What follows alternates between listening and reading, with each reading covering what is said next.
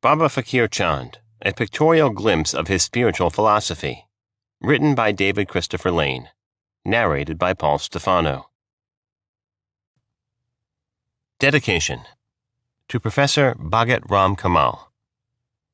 I have had the unique privilege of knowing Professor Bhagat Ram Kamal since the summer of 1978, when we first met at Manafta Mandir, where Professor Kamal served as my personal liaison with Baba Faqir Chand. He was instrumental in publishing my first interview of Faqir, along with Professor Juergensmeyer's, back in 1978, under the title The Master Speaks to the Foreigners. Professor Kamal knows the life and teachings of Baba Faqir Chand better than anyone currently living, and has a unique insight into Faqir's radical and uncompromising philosophy. This work would not be possible without Professor Kamal's keen intelligence and guiding hand. The Bee-Man Temple, 1962. The individual worships, adores, and makes offerings to some living guru, image, god, or goddess, according to his own faith, belief, and devotion. And in return, he gets the fruit of his own devotion and faith. The guru of the worshipped gets credit and involves himself in the false prestige and fame, while the worshipper achieves his end, or motive due to his own faith and belief. In fact, the guru or the worshipped does nothing to fulfill the desires of the devotee. It is all the faith of the latter. Excerpt from The Essence of Truth. Faqir was in his 70s when this picture was taken. Baba Faqir Chand established Manafta Mandir, Bee-Man Temple, in the early 1960s. Here we see him laying the groundwork for his new center in Hoshiarpur, Punjab, India. His goal was to establish an ashram where all devotees of whatever faith were welcome and where the emphasis was on becoming a good human being first. As he himself wrote, true religion and real secularism is the realization that we are all human beings. Therein lies the way for religious and communal harmony and true progress of humanity. Baba Faqir Chand laying the foundation pillar of Manafta Mandir with the help of Sri Gopal Das Ji. I ask myself, what have I attained? Silence in the beginning and silence in the end. Whatever is happening, it is all His will. Every philosopher or saint who came and made inward search for realization wrote his experience. But their followers, in order to gain fame and name and to collect wealth, kept this a secret from the general public. Though to keep this secret was necessary in those days, it is not required now. Today, humanity has been divided into different sects and religions. Every day there are communal conflicts in the world. Hindus and Muslims are fighting, and Arabs and Jews are fighting. Therefore, after realizing the secret, I raised the slogan of Bee-Man. Why? My spiritual father had told me, before leaving your physical frame, change the teachings. So I have changed the teachings. No one on this earth, he may be Christ, he may be Radhaswami, he may be Kabir, or he may be anybody. None has the right to say that he has understood the reality in all respects. That power is bigger, bigger, bigger, bigger, and bigger. Our senses cannot reach there. This is what I have understood.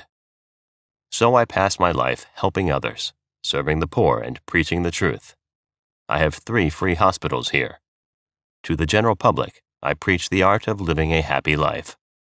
Excerpt from The Master Speaks to the Foreigners. Baba Faqir Chand with Sant Karpal Singh, the founder of Ruhani Satsang in the 1960s. Benares remained under curfew for a week. Why? Because both Hindus and Muslims are ignorant of the truth. In this age of machine, saints incarnate to reveal the truth. But unfortunately, whatever the great saints like Guru Nanak, Kabir, and Radha Swami Dayal have said, their devotees do not adopt it in their lives. Their sayings and teachings are used as tools for gaining personal name, fame, and wealth by the present gurus and preachers. Ignorant masses are advised to get initiated, for they shall be led to heavens by their guru after their death.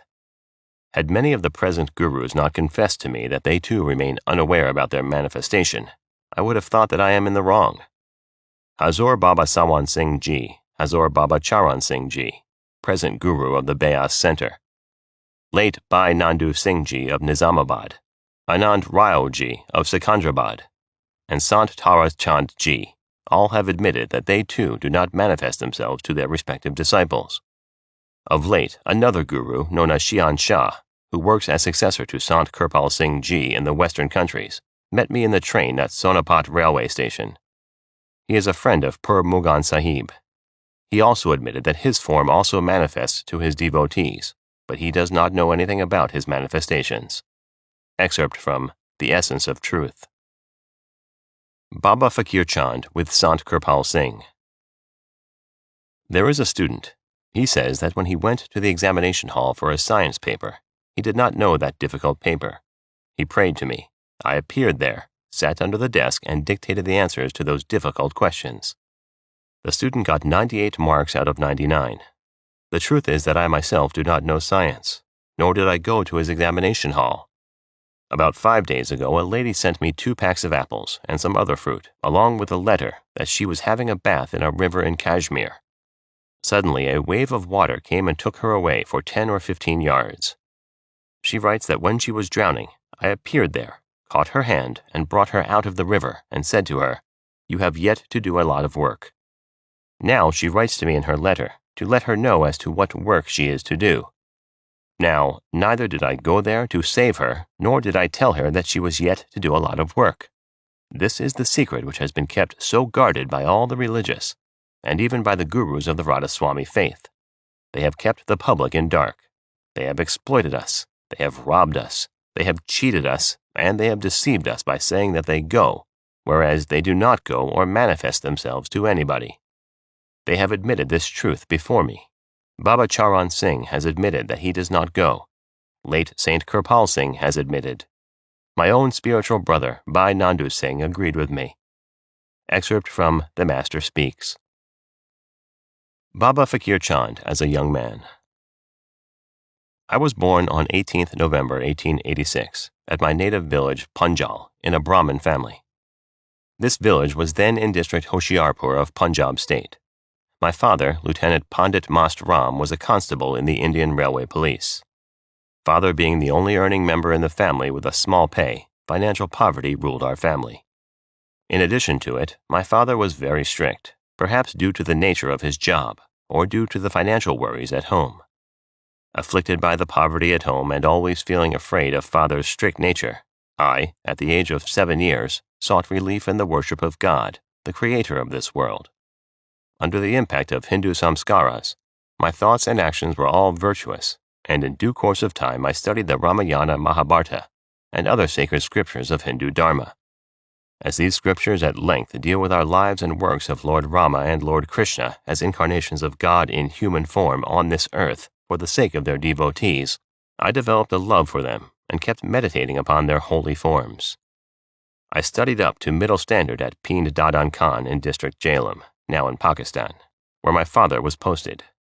However, due to lack of resources, my father could not give me higher education. Excerpt from The Unknowing Sage. Baba Faqir Chand as a young man. Sometime in 1904, at the age of 18, I got employment as a signaller in construction line of the Indian Railways. During off-duty hours, I learned telegraphy, privately with the help of a signaller at the railway station. At this tender age, I came into contact with contractors of the department. They were all non-vegetarians, and their company had its impact upon me, and I also turned a non-vegetarian. In the company of those inspectors and contractors, I took 2 other wrong ways as well. I ate meat for 6 months, drank rum on 3 occasions, once gambled and lost 1 rupee and a quarter, and also went to a prostitute. For earning pardon for the 4 sins referred to above, I prayed to God in the form of Rama and Krishna. I prayed and wept and prayed. I was helpless to do so.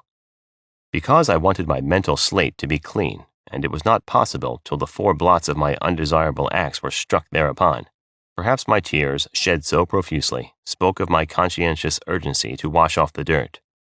However, my regular prayers continued. But my 4 sins continued to disturb me, and many a time I felt restless. It was the middle of a moonlit night. I was praying to the Lord and weeping bitterly.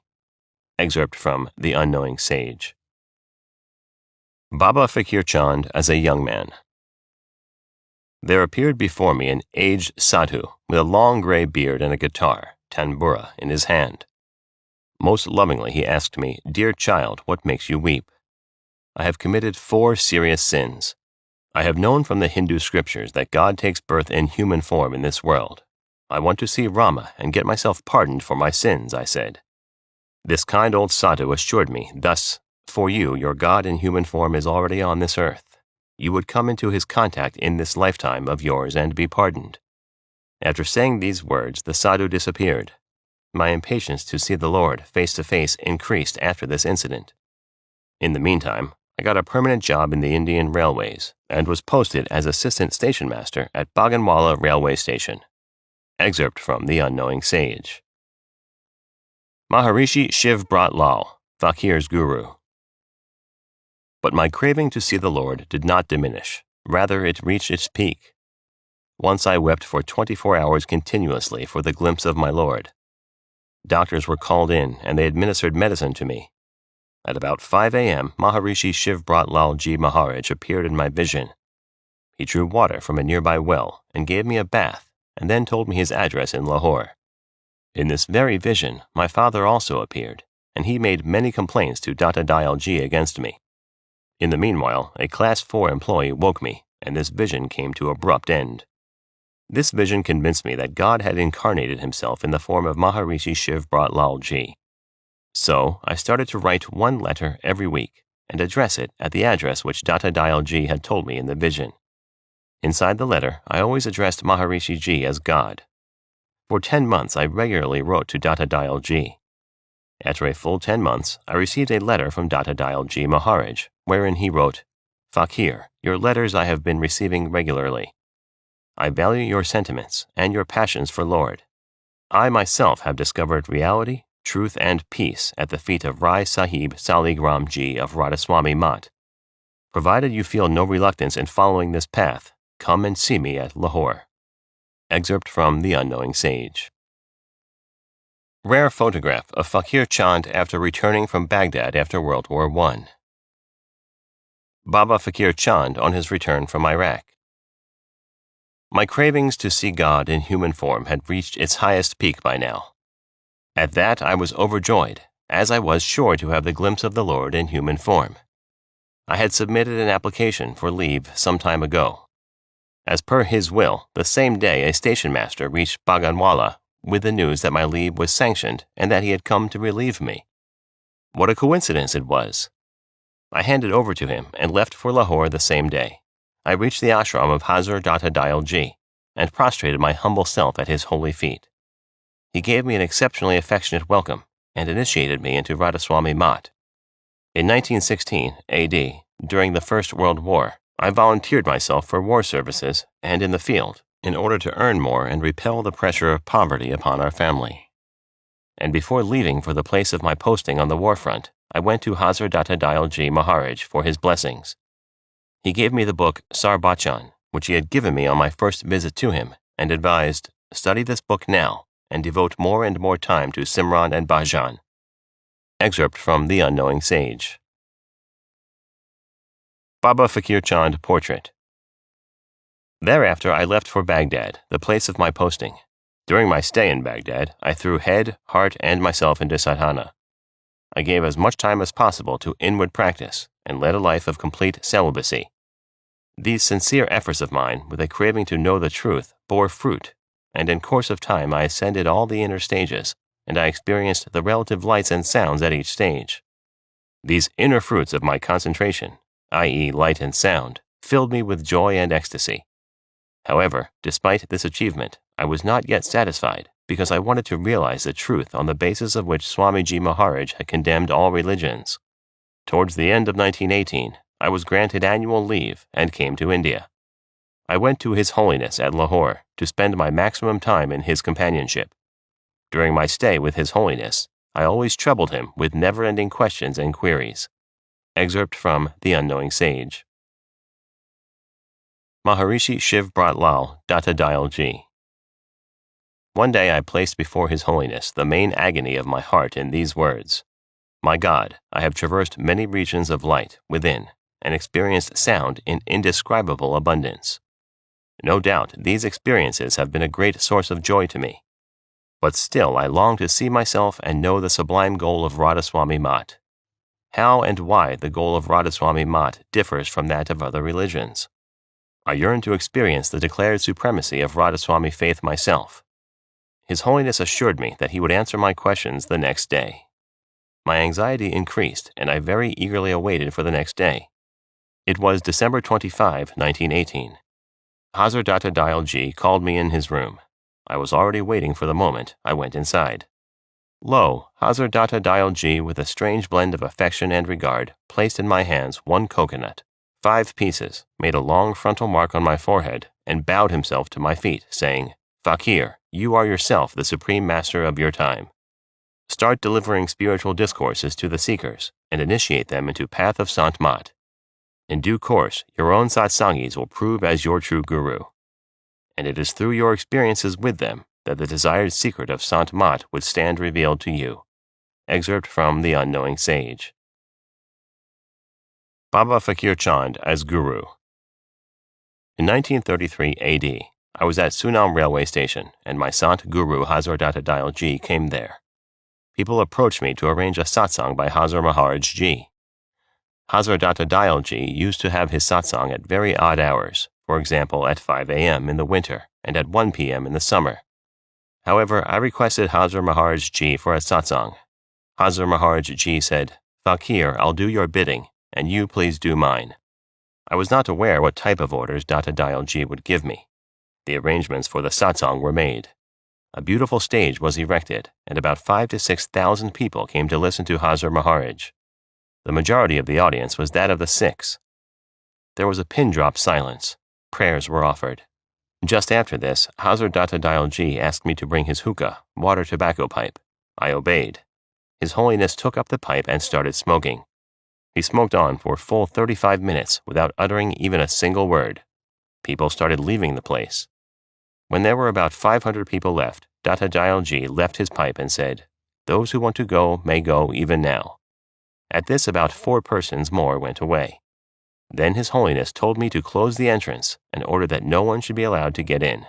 Then he started his sermon. Excerpt from The Unknowing Sage. The Bee-Man Temple, 1962. I remember all whatever Data Dial Ji said in that satsang. To me, he said, "Faqir, the time shall change, all religious organizations shall cease to exist, and the traditional way of preaching shall not be acceptable to the public. Therefore, you must change the mode of preaching before leaving your physical body." His Holiness did not ask me to raise the slogan of Bee-Man. He did not guide me to adopt a particular way of preaching. Whatever I say is based on my own experience as a true follower and devotee of my Guru, and my own observations as a true man. I do not manifest myself in anybody's visions, nor do I know anything about the manifestations of my form in America and Africa. Excerpt from The Unknowing Sage. Pir Munga with Baba Faqir Chand at Satsang. Pir Munga and Baba Faqir Chand shone together here, giving satsang. Both were initiated by Maharishi Shiv Brat Lal, and both later served as spiritual teachers. Pir Munga established his center in Delhi, India. I once had the opportunity to interview him after his morning satsang, which was not too far from the Radhaswami Satsang Beas, Delhi Center. In the course of our conversation, I asked Pir Munga about Vedanta and the idea that we are already enlightened and that one can realize that state even now. He suggested that there was a difference between experientially realizing that truth in higher forms of consciousness versus merely parroting such an idea in our normal waking state awareness. Meditation telescopes such luminous insights. Excerpt from The Inward Journey. Baba Faqir Chand and Pir Munga, initiates of Shiv Brat Lal. Kubur Nath, the thought of follower, devotee, and disciple should also vanish. When shall the egoism come to an end? When will life and entity both merge into each other? When will they end? They come to an end when I meditate. But whom? My own self?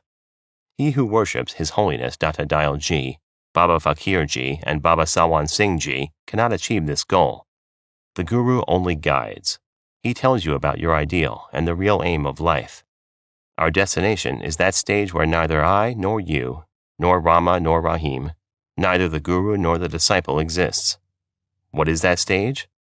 I often enjoy that stage, but for a short while. That stage is defined as stage of soundlessness, lightlessness, and unnamed abode, timelessness and imperishable.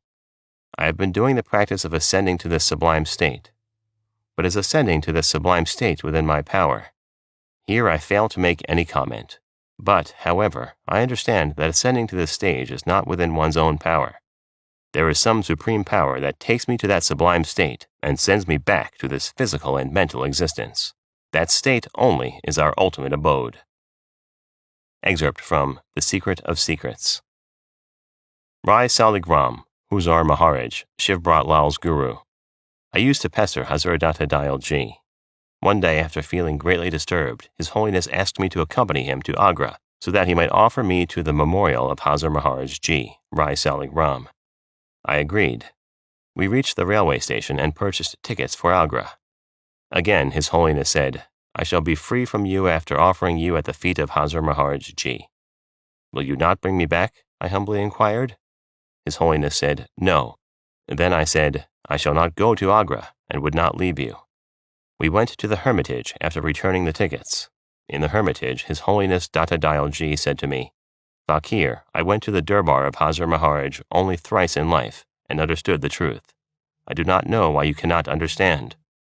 Excerpt from The Unknowing Sage. Baba Faqir Chand as a young man. Changing of face or form does not mean that the soul of Maharishi Data Dayal after his death has entered the body of Baba Faqir. This is wrong. Guru means true knowledge, correct understanding. The Guru's garb is his word. His teachings are his real body or form. I have changed the mode of teaching so that the general public may not be exploited. All these big gurus and mahatmas, when they sit with me in private, admit that whatever I say is quite correct, but they dare not support me in public because they do not want to lose their name, fame, and wealth. You offer them all your earnings, only if you are kept in the dark. I do not need your money. Therefore I speak out the truth to you all. Excerpt from Satya Sanatan Dharam. Baba Faqir Chand. How my delusion perished. Firstly, this realization that I do not manifest anywhere removed the darkness of my mind. Secondly, when I ascend to the state of light and sound, there I try to search out the object which sees the light and listens to the sound. But I fail to find its end. It is infinite. What did I understand? Have I attained some extraordinary powers by reaching that state? No. I cannot treat my own ailments. Neither I nor any other saint could and can do anything. I reach this conclusion that this is all His will. Excerpt from The Secret of Secrets. Baba Faqir Chand in reflection. When I was at Sunam railway station as a station master, I made an experiment to see what happens to man after death. I sat and entered into trance. When I descended from the state of ecstasy, my heart was rapidly palpitating. I got up and went to a nearby shop to purchase some grapes. The fruit seller had just put a bunch of grapes in his balance when I fell unconscious. After some time, when I regained consciousness, my parents were carrying me home and I was feeling giddy.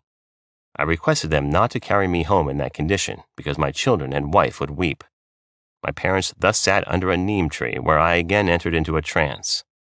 I saw within 3 stages, i.e. darkness, light, and the vision of Hazrat Data Dayal Ji. I do not know how long I remained in this stage. But when I regained consciousness, it was 5 p.m. The civil surgeon was sitting on a chair by my side. My private doctor was standing, my father was fanning me, and 2 persons were massaging my feet. Civil surgeon very politely inquired of me, Pandit Ji, what has happened? I replied that I wanted to see what happens after death. What did I experience? Silence in the beginning, and silence in the end. Excerpt from Truth Always Wins. Faqir Chand giving prasad to a devotee in front of a statue of his guru Shivbrat Lal in Gopi Ganj. From where did the food come? It came from the atmosphere. Nothing can germinate in this world without the light of the sun. The light of the different stars is the cause of everything that is material. So you are ultimately light. This light is your real root. I may say that there is something even beyond light, but you will not be able to understand it, even if I try to express it in words. Let us stop at light and accept that this is the ultimate cause of all origination. All evolution and change has been brought about by that light which is in me, in you, and in everyone else. Because we do not know our real selves, because we have not gone back to light, which is the source of our real self, therefore we have been involved and caught up in our mental and physical undertakings. We are caught up by our intellect. Unless you remove intellect from your way, you cannot go back to your own light, which the Hindus call Atman. You cannot have self-realization. So a person who goes back to the light, origin, at the time of death, he merges into that light. Then there is no question of that light to take birth again. That light must become the part of that infinite ocean, which is called Brahman. You may give any name to it. Our origin is from that very source. This is my personal view. Excerpt from A Word to Americans. Baba Faqir Chand smoking hookah. What was my form in the beginning? I say I did not exist at all. My existence is an outcome of an evolutionary process. Before acquiring this physical body, my original form was unnamed, formless, unseen, unsaid, limitless and profound. I have reached that stage from where I had descended. Have I developed wings by becoming unnamed and unseen? Can I do any good for the suffering humanity miraculously? No. Let those who make claims of their greatness do some good for the mankind. Who can say authentically that God is unnamed, Anami, or unseen, Alak? Man is the search of truth. When his attention, Surat, is this regular process of research, reaches or merges in its own self, he feels himself to be an unnamed. He loses his self into a state of limitlessness, and there ends his struggle of research. Who can know what that man is? So, man, none has known anything about God. Excerpt from Jivan Mukti. Baba Faqir Chand in his rickshaw. All these propounders of different religious philosophies have no right to say that they have become something. If anyone makes this claim, he is still ignorant of the truth. See the end of those saints who made claims of their so-called greatness and immortality. Where did the immortality of Paltu Sahib go when he was thrown in the boiling oil pan? Data Dayal Ji could not do anything against his will and save his Dham. Swami Param Hansa Dev, whose prashad had a power of curing the incurable diseases, himself died of cancer. Saint Tulsi Das, writer of Rama Charitmanas, suffered untold sufferings during his last 3 years. Awake, awake, O man, and understand what I say. None on this earth can avoid his will and neutralize the reactions of his deeds.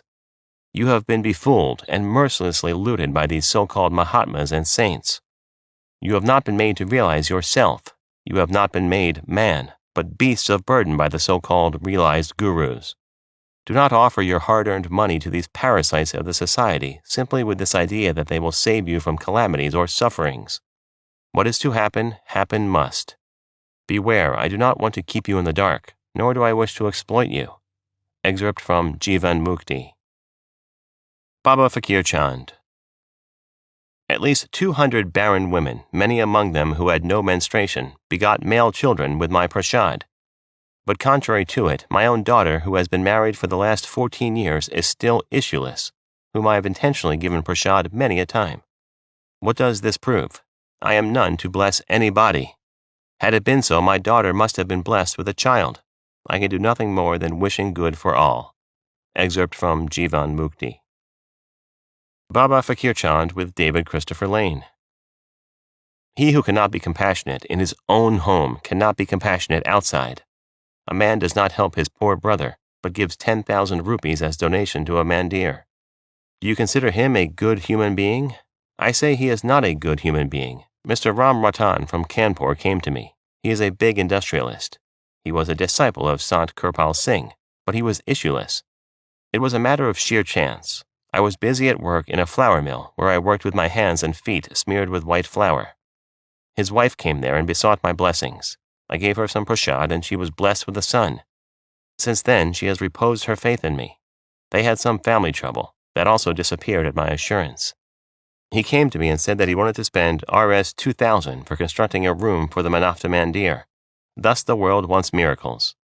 I said, why do you want to give this money to my mandir when your own brother has become bankrupt? Help him, support his 6 to 7 children, instead of giving donations to a mandir. He took the money back and helped his brother. This is a lesson that I want to teach you. Excerpt from The True Religion of Humanity. Baba Faqir Chand rarely stayed at his own ashram, and when he did, he paid for his lodgings. In my heart of hearts, I know for certain that I do not know where and when these visions arise to help them miraculously, nor do I produce them. Then, how does it happen? What is the explanation for this? I believe that the intensified faith of these devout persons becomes creative and produces these results. Many so-called gurus misappropriate the credit for similar happenings which take place in their disciples, whose own faith should be held responsible for those results. By the lack of moral courage and honesty on the part of pseudo-gurus, credulous disciples are kept in the dark and fleece under fake pretenses. I alert the faithful and simple-minded satsangis to beware of such sneaks in their false claims. I had been commanded by my Gurudev to introduce plain speaking into religion, so I am duty-bound to proclaim the truth behind these miracles and to save the simpletons from exploitation. If I do not reveal the truth, I can, by keeping satsangis in the dark, extract from them large sums of money by claiming fake credit for the miracles that no doubt do happen. But the sinful collection and accumulation of material wealth for this institution will sink it, and me under its own wicked and unlawful weight. Excerpted from Divine Message on Self-Realization. Faqir Chand refused to formally initiate disciples. I am quite alive to the fact that this exposure will shake off the blind faith of many faithfuls, but I am also painfully aware that by refraining from this bounden duty, I shall be guilty of perpetrating the evil which has divided the human race into warring sects and made genuine manavta, or natural humanitarian love of man for man, extinct from our unhappy planet. Excerpted from Divine Message on Self-Realization. Baba Faqir Chand meditating. In my earlier stages of spiritual meditation, I used to experience inside me light, sounds, swans, large flowers, and many other things. One day in my congregation here, one man rose up and fell at my feet. I asked him who he was. He replied that he was a meditator. One day he had seen inside him great effulgence, and a lake with blooming flowers in it. Swans were floating, and I appeared before him and told him that I could ferry him across. He did not know me, therefore he went about in search of me. Somebody informed him about my satsang. So on reaching here, he recognized me as the saint whose vision had appeared in meditation. He asked me to take him to the destination. This experience opened my eyes. I had not projected myself into his mind. Then how to explain all that had happened to him? The explanation is that he had gathered certain suggestions and impressions from books and persons in his mind. During meditation, they appeared to him. To a Mohammedan, only Muhammad appears in the meditation. To a Christian, Christ. To a Hindu, they do not appear, because he is ordinarily without these impressions. Excerpted from Divine Message on Self-Realization. Baba Faqir Chand giving satsang with Pir Munga on his right. The modern guruism is confined in the collection of money. I often say that the abbreviation of Radhaswami is RS. RS means rupees. The modern Radhaswami, or RS, has come to mean the collection of rupees. Money is the only aim of these gurus. People are dominated by a craze for the gurus, who exploit them most mercilessly. Who is the servitor of the guru? The true servitor is he who always believes that the guru is within him. He who thinks that guru is at Hoshiarpur, or at Agra, or at Beas is not a true servitor. Excerpt from True Religion of Humanity. Baba Faqir Chand with Dr. I.C. Sharma. The individual worships, adores, and makes offerings to some living guru, image, god or goddess according to his own faith, belief, and devotion. In return, he gets the fruit of his own devotion and faith. The guru of the worshipped gets credit and involves himself in the false prestige and fame, while the worshipper achieves his end or motive due to his own faith and belief. In fact, the guru or the worshipped does nothing to fulfill the desires of the devotee. It is all the faith of the latter. Excerpt from The Essence of Truth. Baba Faqir Chand in 90s. In her old age, my wife had developed heart trouble and some trouble in her teeth. Sometimes blood used to come out of her teeth. So during moments of trouble, sometimes she used to say very harsh words to me. But I never felt her words because Maharishi Ji's samskaras had great impact upon my mind. Due to my spiritual bent of mind for a long time, I had been indifferent towards my wife. Once I came on annual leave and went to His Holiness for his darshan. He directed, "Bring your wife along with you, otherwise I shall not meet you." Obedience to Datta has been my religion. I went home and returned along with my wife to His Holiness. Pointing to my wife, Data Dial G asked me, "Who is she?" I replied, "Hazor, she is my wife." His Holiness again said, "I ask, who is she?" I replied, "Hazor, she is daughter-in-law of Pandit, Mast Ram Ji." His Holiness asked for a third time. Then I said, "Hazor, she is the daughter of Sri Surjan Ram Ji." Hazor Data Dial G asked me for the fourth time. I said, "Hazor, I have not been able to understand." Then His Holiness, in a most compassionate mood, said to me, "She is my daughter. If you hurt her, you will hurt me." This samskara of Hazor Data Dial G guided me in my family life, and I lived very respectfully and peacefully with my wife. Excerpt from The Unknowing Sage. Baba Faqir Chand with Professor Bhagat Ram Kamal and son. These manifestations are not a reality. Whosoever has his faith in any guru, god, goddess, or any ideal, the form of his or her ideal manifests to him or her. It is a result of impressions and suggestions that our mind has accepted, and nothing from without comes to manifest. It is the miracle of your own concentrated mind. Different devotees of different gods and goddesses see the manifestations of their own ideals. Some see Vishnu, others see Lord Rama, and still others see the form of their own guru. Ask any Christian or a Muslim if they ever see Lord Rama in their meditation, wakefulness, or in dream. If Lord Rama is really all-pervading, then his image or holy form must also manifest invariably to Muslims and Christians as well. But his form appears to the Hindus alone. Why is it so? Since Muslims and Christians do not have any samskara of Hindu gods. Similarly, the form of Jesus Christ and Muhammad do not manifest to any Hindu, because Hindus do not have any samskaras of Jesus Christ or Muhammad. Manifestations that appear to you are the magnified forms of your own samskaras. Nothing from without comes to manifest. It is the result of faith and belief of the individual. Excerpt from The Unknowing Sage. Manavta Mandir Center today. When you have attended some of my discourses, I shall tell you the method of inward practice. Then you may continue a regular inward practice. You have already reached the stage of ripe old age, therefore you need not start from the first stage of A, B, C. You should concentrate at the stage of light within. But as your mind is most restive and it does not become still, some word spoken, mantra, is given for meditation, and then the novice is required to attend the satsang of the initiating guru. His Holiness Hazar Data Dial G imparted to me the word Radhaswami. If anybody would ask me about the spoken word, I should say that he should meditate on the spoken word, Radhaswami. If Pandit G does not have any objection to this spoken word, then he may meditate with this word. It should prove very useful to him. Excerpt from Nam Dan.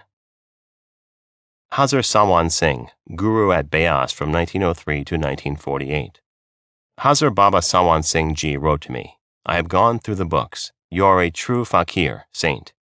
You are doing highly desirable service to the Radhaswami Mat, which I and other gurus with our centers have failed to render. But still, I remained undecided about what I should do, because I had a lurking fear in my mind that if I disclosed the truth in plain words, the narrow-minded, orthodox, and illiterate amongst the satsangis would turn against me. Thus, in 1942, I got leave and went straight to Hazar Baba Sawan Singh Ji at Beas to explain my fears and difficulties in person. I had great reverence for Hazar Baba Sawan Singh Ji, and I identified him as Hazar Data Dial Ji Maharaj.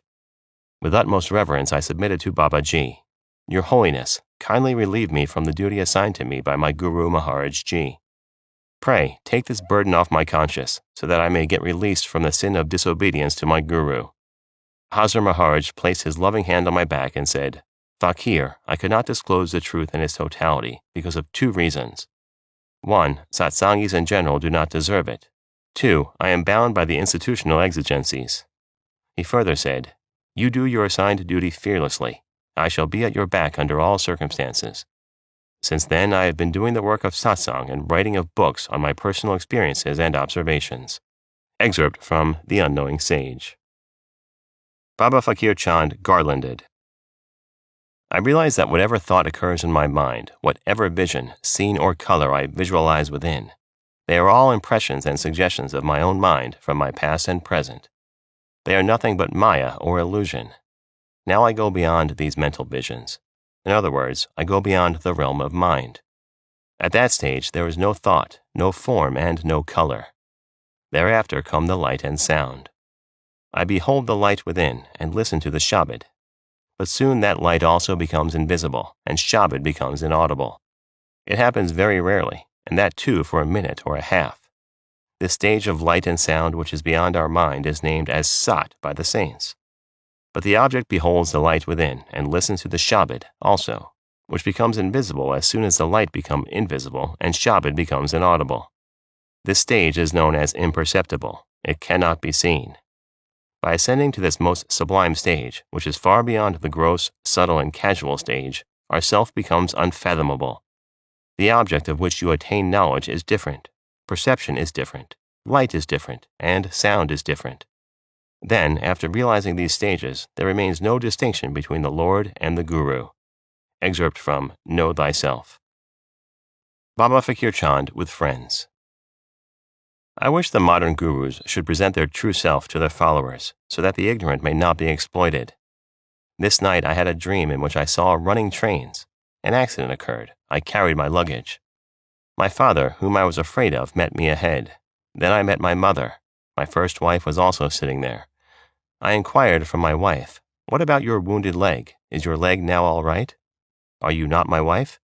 Meanwhile, I awoke and attuned myself to the Shabad, inner sound. From such experiences, I understand that the mind of a man who undertakes the practice of Surat Shabad Yoga, union of the attention with the inner sound, does not become impregnable to the old samskaras. Do the old samskaras not magnify themselves in his dream? They do. I sent 3 registered letters to Baba Sawan Singh Ji regarding dreams, and inquired from him whether he saw dreams. If so, of what nature? He did not reply to my letters. During the last years of his life, when his brother expired, Data Dayal Ji wrote one of his dreams in a book. In that dream, Data Dayal Ji had written that he inquired from his late brother, "Where do you live?" It proves that even the saints of the stature of His Holiness Data Dayal Ji, Param Sants, Mahatmas, and those who attune themselves to the unbreakable sound are not free from the influence of the old samskaras. They do bud forth in the subconscious mind of the great spiritualists as well. Excerpt from The Secret of Secrets. Baba Faqir Chand with Professor Bhagat Ram Kamal and child. Now, what is meant by hanging on the gallows in Sant Mat? When somebody is punished to death by hanging, for example, a rope is put around his neck from the gallows. The wooden plank is removed from beneath his feet, and he is suspended in the air with only rope around his neck that throttles him to death. The accused gets no support whatsoever to his body except the rope of gallows. Likewise, in Sant Mat, his abode is gallows, Surat, or self, is to be hanged, and along with it Simran, Dhyan, and Bhajan, and later to be suspended without any support of desire, longing, and not even of Simran, Dhyan, and Bhajan, except with a string of love. This is what I understand from the word gallows. O Faqir, these satsangis have taught you the method of hanging at gallows. Only these experiences of the manifestation of my form at different places, of which I am never aware, has changed my life. Those people who create my form with their mental forces to fulfill their worldly desires are not interested to know the truth. They do not hang themselves on the gallows because they depend on the support of my form, whereas to a man on gallows there is no support. This is the highest stage. Excerpt from Jivan Mukti. Baba Faqir Chand's funeral pyre, Manafta Mandir. Who knows what may happen to me at the time of death? I may enter the state of unconsciousness, enter the state of dreams, and see railway trains. How can I make a claim about my attainment of the ultimate? The truth is that I know nothing. Excerpt from Inner Visions.